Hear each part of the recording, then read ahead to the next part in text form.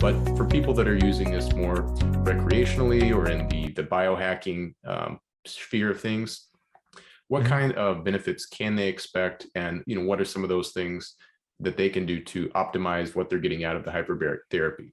Yeah. So what it comes down to is the things I just described, right? We're reversing low oxygen, we're decreasing inflammation, we're getting stem cells released, we're killing bugs, and we are improving flow. So my sense of it is that anybody can really benefit from that. The question is not if hyperbaric therapy will be helpful, it's kind of when, as far as I'm concerned, and how you can best utilize it depending on what is going on with you otherwise. And so if people that are healthy are looking to use hyperbaric therapy, I usually will recommend some sort of optimal kind of framework, looking at laboratory analysis, comprehensive kinds of things, because that's going to be sustainable for them over the long term if they can look at deficiencies and toxicities and imbalances and things like that. That's ideal for me. So if somebody comes to me, hey, Dr. Scott, I just want to use this to perform better. Well, then I go, perform better doing what is the first question, right? To perform better athletically, perform better cognitively, perform better in the bedroom, what are you looking for here, right? And then I can kind of dial in the protocols. And I think what's important to also delineate is that there are acute hyperbaric therapy protocols. These are protocols that you do for an acute condition, and there are protocols that are done for more long-term goals, and they're different in a number of different ways. But the most important way is the number of treatments that we're talking about. So typically, in a hyperbaric environment, for an acute condition, we're looking just to stimulate and to enhance the healing process. And that usually means that you're in the chamber between 3 to 10 times.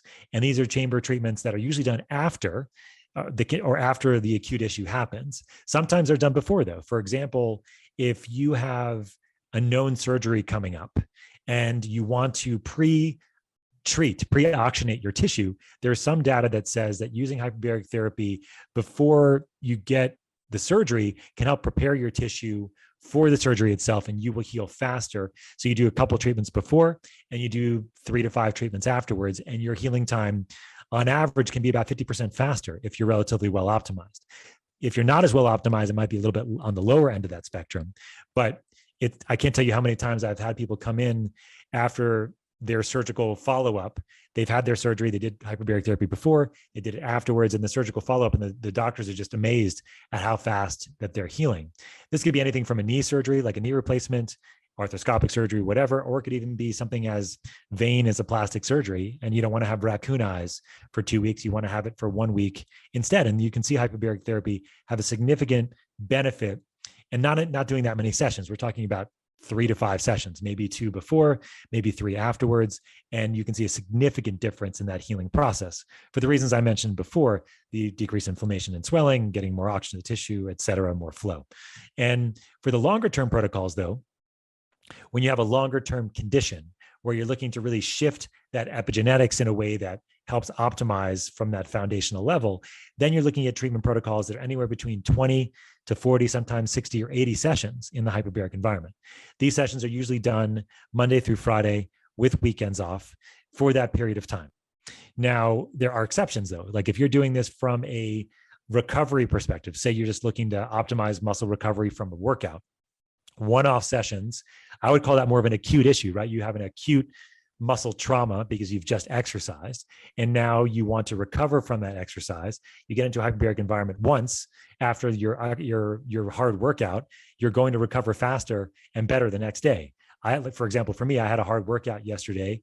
I went into my chamber and my deep sleep, my recovery was off the charts because I went into the chamber afterwards. And so this is something that I'll do with my athletes as well, is that I'll have them time their hyperbaric sessions in a way that optimizes recovery and optimizes for what they need. So I have smaller protocols for things like jet lag and injury recovery that's mild, like mild aches and pains. But the key for me, though, James, is that if somebody's looking for like longer term benefits of a hyperbaric protocol, not just the acute muscle recovery, even the acute injury recovery, then the idea really is we want to shift those epigenetics. We want to shift that expression and suppression of various genes on the DNA so that you have better oxygen utilization over the long term, and you have a healing environment overall because you've shifted those epigenetics. And so that usually for me is like what I would call a startup protocol.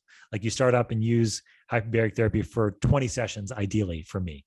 And depending on the indication, also depends on the type of pressure, which I'll talk about in a minute. But what you want to try to do is get that shift over about 20 sessions. And then after that, you can use it periodically depending on what your needs are, because now you've shifted those epigenetics. You're now in a place where you can benefit even more using hyperbaric therapy in a targeted, intermittent sort of way. But the last piece of this to discuss is that there's different types of chambers out there, right? There's chambers that you can get for your house. Like I have one at my house that goes to what's called 1.3 atmospheres. That's about 12 feet of seawater equivalent. And you have chambers that go to very deep pressures, medical grade chambers that go to 3 atmospheres. That's typically the deepest unless you're in a hospital. And 3 atmospheres is the equivalent of about 66 feet of seawater. Most of the medical indications of hyperbaric therapy are between 1.3 and 2.0. But there are deeper ones in the acute setting when you want to go to 2.4. Even some of the longer term indications like chronic Lyme disease or inflammatory bowel disease or even acute injuries, you sometimes go to 2.4 atmospheres. So in general, the therapeutic window is between 1.3 and 2.4 for most things. But from the neurologic side of things, you're getting your sweet spot in your brain is somewhere between 1.3 and 2.0. And then systemically, you're talking about 2.0 to 2.4 mostly. And so within that range, depending on your conditions and your goals, it depends on what kind of chamber that would be most appropriate for you.